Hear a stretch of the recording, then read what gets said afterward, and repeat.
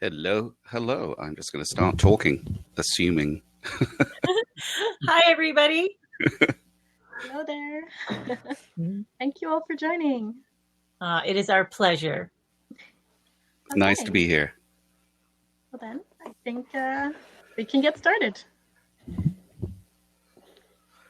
So, hello everybody, also everybody in the audience. Thank you for joining us from all over to be a part of the session to discuss getting children inspired in science and space.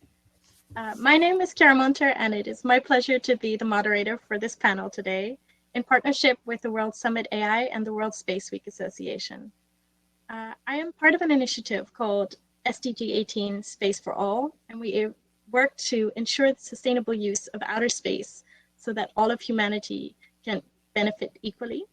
I'm also part of a group called Spacefluencers, working on educating and inspiring humanity for our adventure beyond the stars. So there'll be more information about that in the chat. And we believe that in order to create a world where we can advocate the sustainable use of outer space, it is really important to instill a sense of wonder and understanding of our global oneness in the next generation. And this is why we see space education as such a vital first step. During this session, we want to discuss getting children inspired in space and how scientists can involve children and explain important discoveries and aspects of space to them.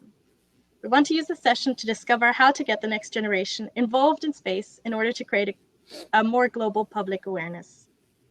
To the audience, I have to inform you that due to a lack of time, we will not be able to answer your questions, but please feel free to reach out to us via our Discord server or look at our website, and the details I'll put into the chat shortly. So, most importantly, I'd really like to introduce our panelists. So thank you for making time to come here and talk to us. So today we have Janet Ivey, Liam Kennedy, and Pedro Russo with us. So now I'd like to move on to briefly introducing what each of the panelists do and ask them to give an opening statement by answering the question, what inspired you to get into space? The first, I would like to invite Pedro Russo to comment on this. Pedro is the university professor in astronomy and society at the Leiden University. Pedro, take it away. Thanks. I hope that my connection is stable enough so everyone can hear me. And thank you, Chiara, for the introduction. And I think it's really nice that you managed to organize and put together such a lovely panel, and also to bring to this conference an important topic. I think the space exploration and understanding space is going to be fundamental in the future. So I'm really, really proud to be part of this panel. So how did I get inspired about space? That's an interesting question, and I think we'll have different perspectives. But I grew up in a very small town in the countryside of Portugal, where I think I was quite lucky to have access to nature, and especially to a beautiful night sky. The Milky Way, our galaxy, was really spectacular in such a dark sky. So I was quite passionate about nature. I was quite passionate about the stars, planets, and also I think because I had access to a small library with a lot of books about astronomy, I think my understanding of cosmos also started developing. And later on, I decided to pursue a career in astronomy and study the universe. And so after some decades, I'm here talking about space education to all of you. And it's really a pleasure to work in this field. I work at Leiden University, the Netherlands, where I coordinate a series of projects on space education, but also public engagement with space. And it's a fascinating topic to work, especially in the education sector, because we know that a lot of the children, most of the children actually around the world, are super excited about space. There was some research done a couple of years ago that demonstrated that the topic of space, the topic of life in the outer space, is the most popular scientific topic for children around the world, and independently from their cultural background or gender. And that's a fascinating topic and a fascinating research that we can use, and we should use astronomy and space as a tool for education. So I think it's great that you are putting together this session. Amazing. Thank you very much for that statement, Pedro. I would now like to pass the word on to Janet Ivey. Janet is the president of Explore Mars and the creator and CEO of Janet's Planet. So Janet, what got you inspired into space? Oh, thank you very much. It all started with the telescope. I was in 5th grade, and my very favorite teacher ever in the whole wide universe, Miss Ernestine Yarborough Jones, had a star party in October of 1978. I'll never forget it. And I remember, it's like I grew up in a rural place in America, in West Tennessee, and I remember seeing this lady position her telescope point out, Cassiopeia and the Pleiades, and was showing us as Orion entered our night sky that winter was on its way. And I remember just staring at her, and it was like, I want to be like that lady. I want to be smart like that. But there is something transformative about the first time that you look through a telescope. All of a sudden, you're bringing those stars ever close to you. You're being reminded that you are part of this grand scheme of all of everything. And for me, that inciting moment was probably my big love of science and space began. It was also probably that later that year, she assigned me the planet Saturn to do my science report on. And probably why my logo looks like Saturn now. Again, I don't think that we can ever underestimate the power of a really motivated teacher and educator. When they key into something that is important to you, or they kind of introduce you to something that enlivens or broadens your horizon, that stays with you a very, very long time. So thank you, Miss Ernestine Yarborough Jones, wherever you are this morning. Oh, thank you, Janet.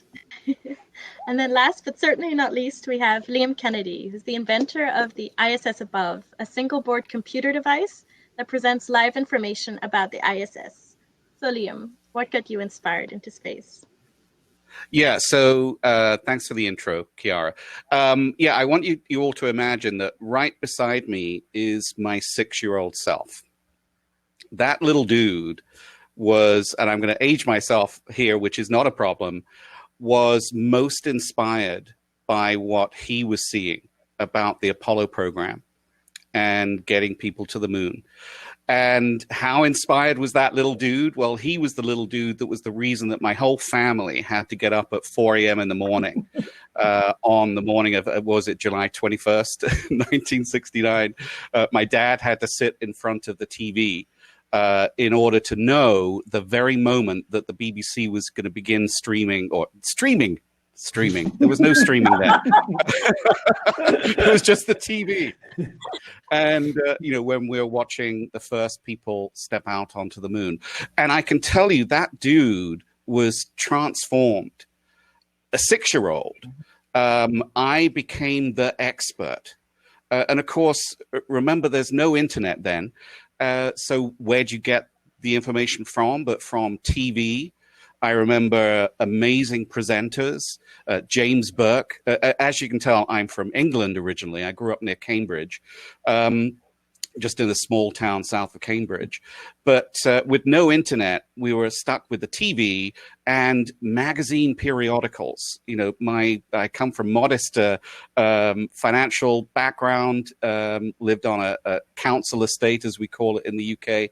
And I persuaded my parents to pay for a subscription to a wonderful magazine series that featured everything about the Apollo program. And I would pore over those for hours, learning everything. And, even though I'm speaking about this dude as if he's not here anymore, he is. He's transformed into this dude in front of me right now. And that passion has sort of stayed with me especially when I then moved out to the USA 20 years ago, and then became the president of Orange County Astronomers. So we have this theme, I think, that astronomy was part of our lives going forward. And I certainly agree with what Janet said. Looking through a telescope for the first time, I didn't get that opportunity when I was younger. I think I was 30. And that's just too long to wait. So in my astronomy outreach, that's where you discover, I think everyone here is going to know this, that's where you discover young minds get switched on when you expose them to those kinds of things. And in particular, I discovered that my passion through the Apollo program was missing in students of this era. We didn't quite have the same thing going on with the Apollo program, all the way through to now, even though there's been human beings in space above every young person for the last 20 years, 5 to 8 times every day they're passing by. So that brings me to why I created ISS-Above. It's something that actually notifies you with a really bright LED. So that 6-year-old version of me would have been really impressed 5 to 8 times every day when the space station goes by. And what you're seeing behind me here is actually some video renderings created from astronaut photography by Sean Doran, who is based in the UK. Awesome. Gone a little bit longer than I planned, but that sort of gives you, hopefully that gives you an idea of where I came from and how I've sort of been involved in this. So for the last 5 years, I've been working very closely in this area, working with NASA. So I have a Space Act agreement with Johnson Space Center, and there's now 3,500 of these boxes all around the world. Amazing. And I'm sure we'll chat more about that.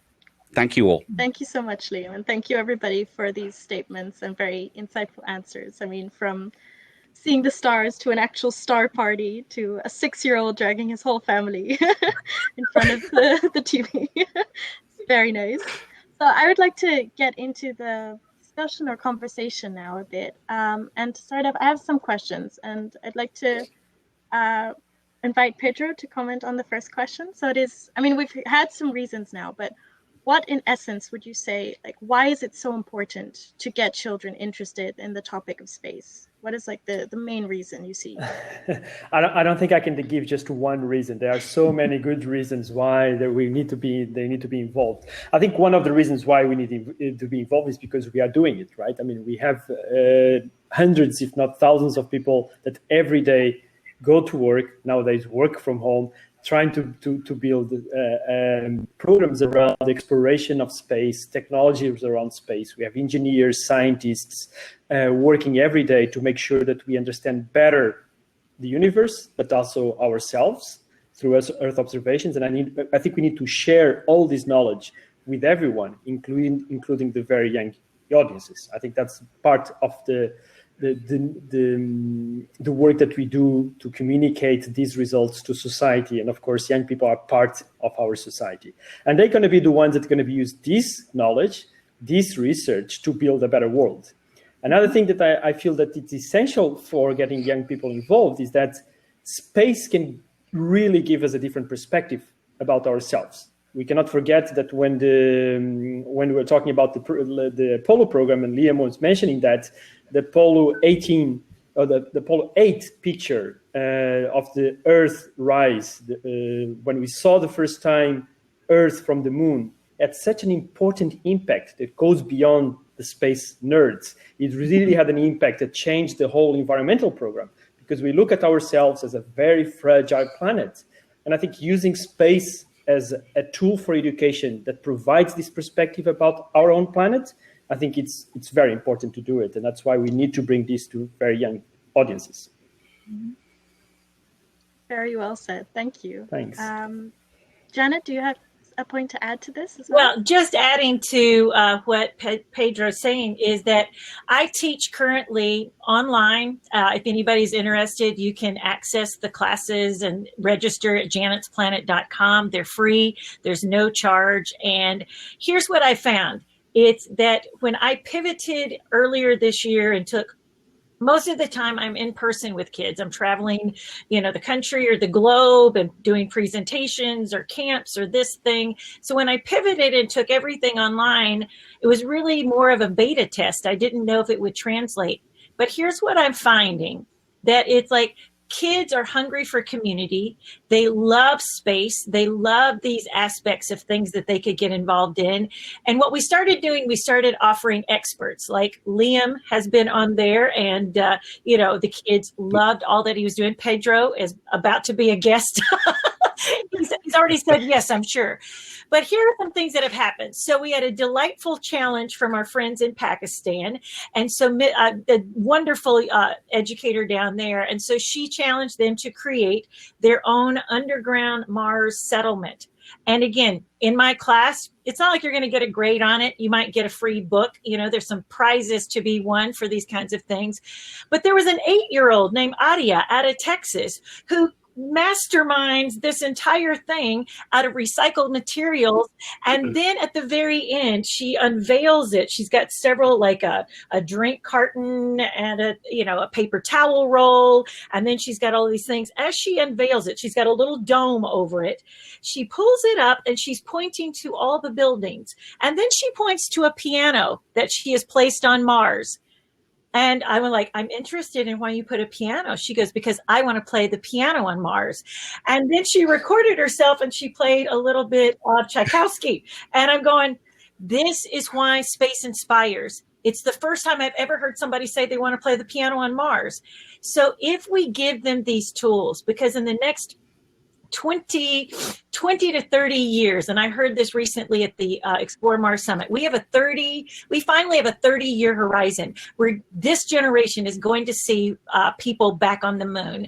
And it's an international, I'm so proud that NASA is finally incorporating Artemis as an international kind of event. And then we're going to see humanity go to Mars. And it's like I see somebody's 15-year-old is watching online. My dear, you are the astronaut that will go to Mars. It's like I get chill bumps. I just gave myself chill bumps saying that. I don't even see your face, but I know this. It is your generation that are going to take those first bold steps onto the red planet. And it is our job to prepare students of today for those adventures, for the science and the tech and the engineering and the art and all of those things that are necessary for us to venture out there. And just remember, the reason space inspires is because everything that we do out there, we turn around, we look at that sweet little blue ball back home and go, oh, that's where all the good stuff is. That's where every benefit that I learn out here, that's the place that can benefit from my exploration and my discovery. So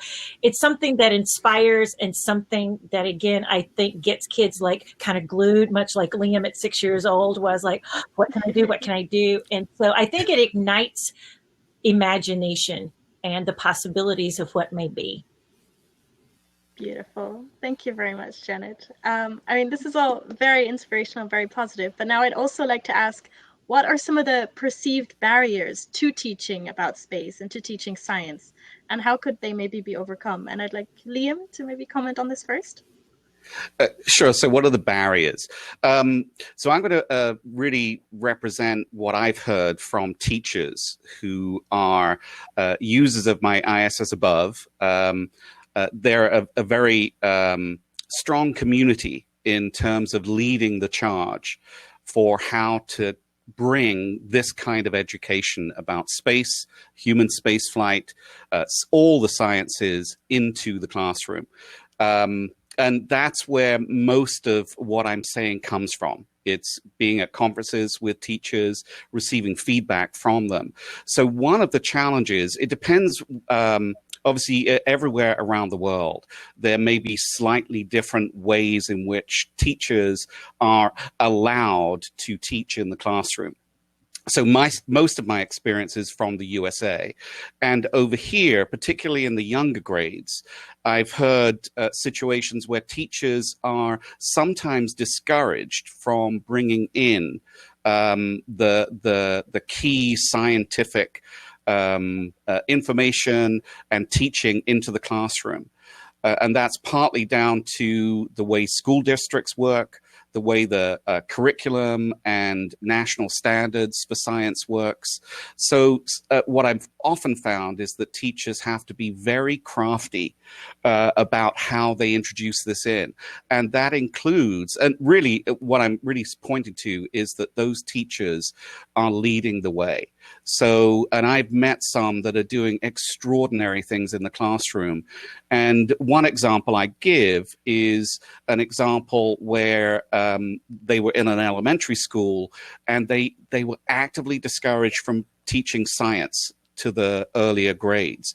And the way that this teacher, her name's Michelle, in Arizona, handled it was that she incorporated arts and English language into the program, but the topics were about space station. So they had an ISS-Above in the corner of the classroom showing live views of the Earth, showing who was up there, letting the students know every time it was passing by. And through that connection, she managed to have students write stories about their own space station, to think about how they would build a space station. So I don't know whether that sort of really answers it, fully. There's a lot in that area. I'll leave with just saying young students are clever. They are smart. That is sometimes that's what it comes across, particularly when I've been presenting to students at a school in person. There's things that students know that absolutely blows the minds of teachers, of principals, when you sort of give an opportunity for those students to sort of really step into all of this area of space science, human spaceflight. As Bill Nye likes to say, space makes us better. So, sorry, Bill Nye the Science Guy, he's a dude over on our side of the Atlantic. Yes, Janet. I also think there are a couple of other barriers. We've got the digital divide. There are still places in rural or inner city U.S., some places around the globe that just don't have access to either stable bandwidth or even a device to do it on. And so that's what I'm missing in this time as we offer these virtual things, which I think have incredible impact. There's some data that came out of India Times that said there's research being said that people who learn online retain 25 to 60% more than they do if they're sitting in a classroom. So there's some, early data suggesting that virtual learning, and guys, it's here to stay. The paradigm for education has forever shifted. So I think there's also got to be a movement, if we can. And, how many devices maybe we've all gone through, something gets upgraded. Don't just get rid of that computer. There are places you may have to seek them out, or scrub it and find some kid who does not have that access to a reliable, device or that sort of thing. So I see the digital divide as a big barrier. When I think about what Elon Musk is doing with, doing all those Starlinks and stuff and providing potential great bandwidth to areas who normally wouldn't have it, that's one way. But I think sometimes it does come down to what curriculum the district will allow to enter the classroom. It also comes down to that digital divide and how we bridge that for those students. But it's like somebody else that you guys should know about that is in Kenya is Susan Morano, who with the traveling telescope is doing beautiful work. There are wonderful educators all over this globe that are tackling it where they are. And so I see some resources that people are posting. I'm about to head up an initiative, so please email me at janet@janetsplanet.com, where I begin to kind of like create this consortium where we all band together and we know where those educators are, especially if we know we have students or we know we have children that are interested. And two, is it Zayla? She's the 15-year-old here. If you don't know where to start, I've got some good ideas for you to start. Email me at janet@janetsplanet.com. It would be my privilege to point you in a few directions, my dear. I'm all about girl power in space. Wonderful. I'd also like to invite Pedro to comment thanks. on it. Pedro, do you see any other barriers? Maybe we'll give a very similar perspective. I guess we touch a lot of things. I think of course the educational divide is it's quite large in a lot of countries, not only the digital one, but access to information, the social background of the children play a big role, access to the knowledge and to all these methodologies and amazing programs we have is most available to urban environments. So we need to work harder on that. That's definitely. Also, I think Liam touched some important points. I think the curriculum relevance, it's very important. In Europe, we see that that's one of the main barriers. Teachers don't bring space topics to the curriculum to the classroom because it's not part of the curriculum. So as a community, I think we have to work harder to show that space can be present, like Liam said, in so many different subjects, from literature to philosophy to geography, mathematics, and of course science. So that's a very important aspect. One thing that we also know is that students are super excited about space. However, teachers many times don't have the confidence to teach science. They lack the confidence, sometimes even the knowledge and the right approach to do it. So we have to work with the teachers, maybe before they go to the classrooms, and trying to give them the confidence, because most of the times they have the knowledge, but just don't have the confidence. So we have to work harder on that with the teachers. And through access, I think that here's my call to action for anybody who's out there. If you are standing up saying that it's important to create this pipeline, and we do know that space exploration is going to be, I mean, space really is open for business, as my friend Robert Jacobson likes to say. So it's whether it's space tourism or space entrepreneurship or whatever your industry or wherever your interest may be, it is open for business. And so, but we can't say we need to do this and then not ourselves make accessible to this. It becomes a little bit overwhelming at times, but I do my darndest. If a kid, young person, whatever, reaches out to me, I try my best to point, if I don't know the expert they need to know. So I think it's a call to action to all of us as well. What can we do in our own little community to make sure that we are showing up and giving that away and making that, or at least making it available to those people, but also giving access. Here's what I found with doing Janet's Planet. Kids love talking to an expert. It makes them feel very validated that a grown-up that is doing something like super cool is listening to a question they have. I think we need to create challenges like that. It's like if you have a water problem in your community, take it to your elementary, middle school, and high schoolers, see what they can solve. If you've got an energy problem, it's like start getting them interested now that their opinions and their thoughts and their ideas are vital. And who knows, you might find something truly genius among that. But giving them access to experts, letting them know what the opportunities are out there. I think sometimes people don't talk about what's possible in space is because they think maybe it's only an astronaut. And I'd love to hear, Liam or Pedro's thoughts on that, because it isn't just astronauts. It's like the discovery of phosphine in Venus's atmosphere. Woohoo! That's a biosignature. We need biologists. We need astrobiologists. We need architects. Can we live in the clouds of Venus? I don't know. A condo in the clouds of Venus just intrigues me. It's a far-fetched idea, but maybe one of you guys will make that happen. But I think it's several things. We have to make sure that we have some open access, and that we say yes more than we put a barrier there for people to get to where they want to go. And I guess maybe I can just quickly comment on that, because I think what you're saying is extremely relevant for education, because I think we come a lot of times and we bring these topics, and the children and young people, they think this is not for me. I'm not going to be able to become an astronaut. But I think, like Janet was saying, we need a diversity of experts and professionals in the field.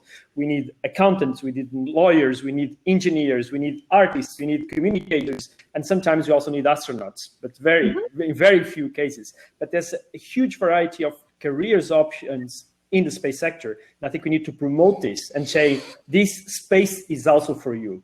And I think we need to create the mechanisms for people to feel that that space also belongs to them. Yep. Very beautifully said. And it really well links to my next question that I was going to ask. In your experience, what are your best practices that you've noticed so far in teaching space. Liam, maybe you have some that you'd like to mention? Yeah. So what are the best practices? Yeah, where I'm going to take this is a little bit hanging off what Pedro and Janet were really talking about, is that the whole area of space education. You know, my focus is human spaceflight. It's putting the human in space. And whenever you do that, you have to, what it's about is, having astronauts, people, human beings living and working safely in space.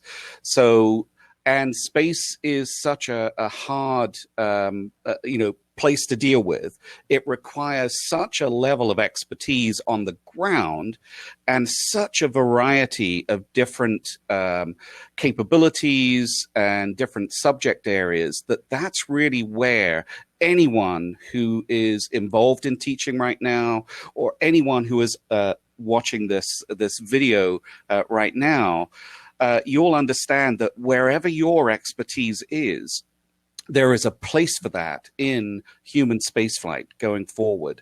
And it can be from every area, from media, design, clothing design, through to nutrition. Yes, obviously through to the sciences. You know, the space station is one of those areas where an incredible amount of experiments are conducted on the space station, and some of those experiments are coming from students. Quite a large number of them are coming from students from all grades, and many from all around the world.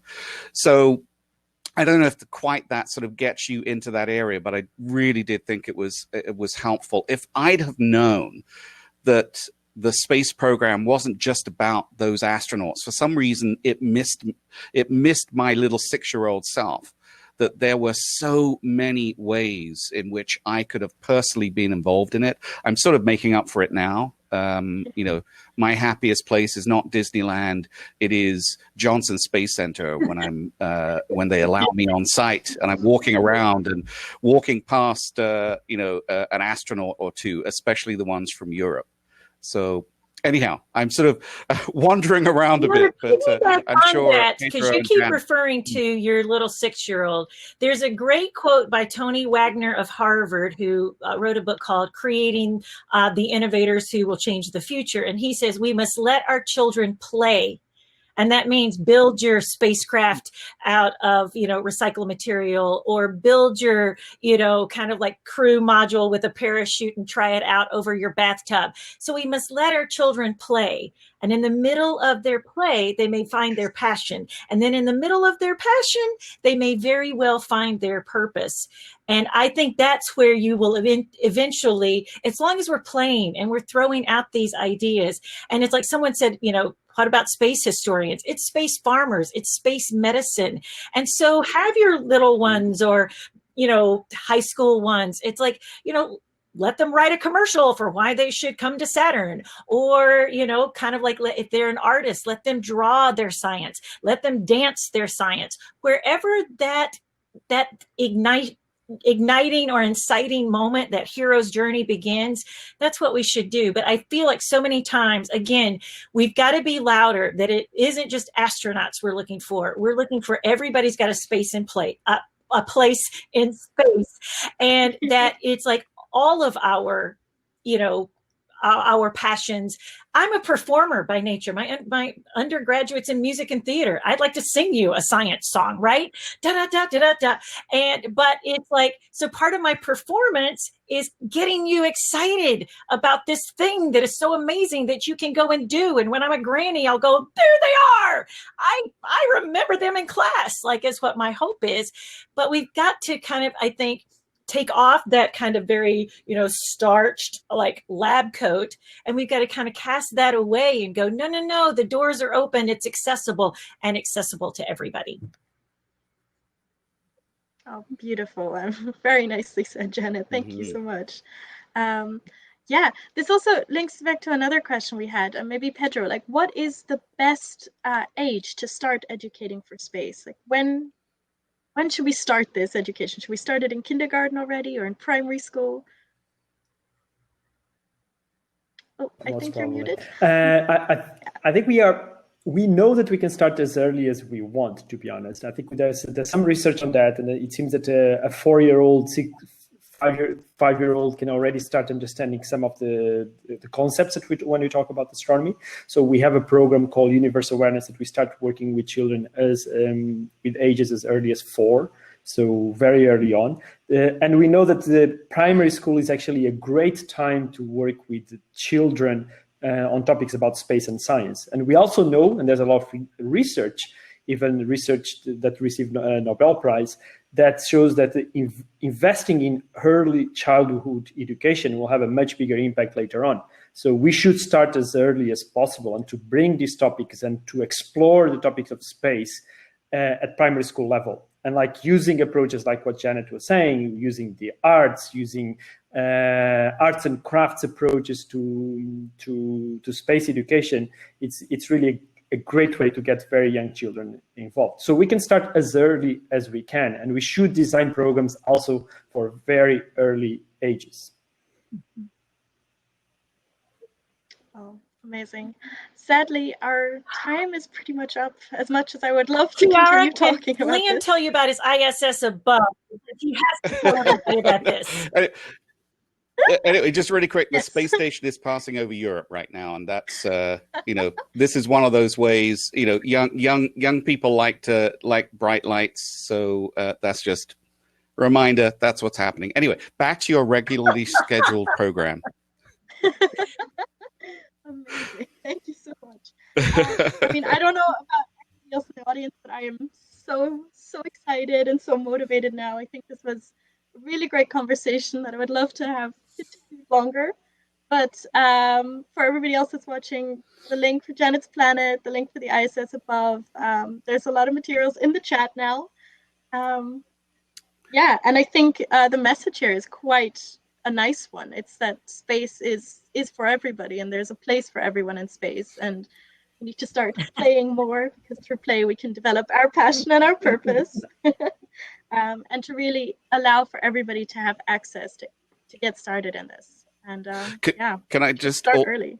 Can I just point out, I put a link, a bit.ly link to a PDF document that I created with a bunch of free or low-cost education programs about the space station that you can all get involved in at every age group. And I think, anyone who's interested in this can also check that out. The programs with other education partners with the ISS National Lab.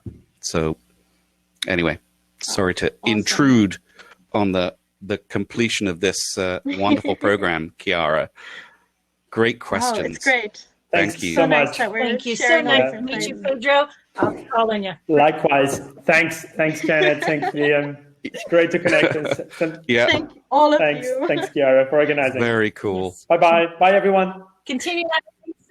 Bye, everyone out there. Okay, stay in touch. All right, now what do we do? You have to kick me out. Anyhow, yeah, I guess I can. All right. So I guess we're still on air. Is that right? I am assuming so. Yeah, that's right. Anyway, it's all cool. And there you go. Oh, yes, behind me. That's showing you where the space station is in the sky above the Netherlands. So sort of getting to its height of... anyhow, just thought I'd show that. It's that green dot going across the screen. Oh, I should have switched it to metric units. I feel so wrong that it's in imperial units. Anyhow. All right. There you go. Lovely day. It is right above. Yes, it is, Marco. right above you. Of course, you can't run out and see it right now because it's still daylight, but live video feed it was down earlier today. Let me just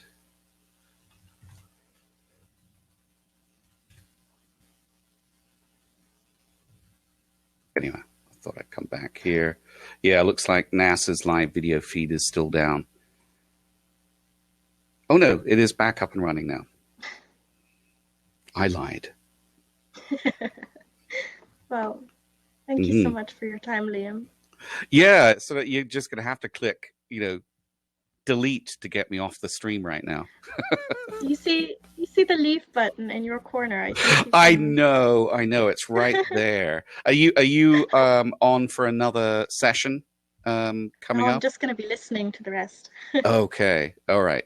So it doesn't really matter that we're on here right now, does it? Or I don't know. Yeah, this is where the good conversation, another good conversation happens, right? Always. Yeah. That's what I've learned in the space sector. The conversations are always interesting and motivating. Yeah, that is how it works. So very, very cool. And okay, but I will leave now. Thank I you will. so I will much. leave now too. Bye, bye, all. Nice being with you, and have a good rest of the afternoon, evening, or wherever you are. Thanks.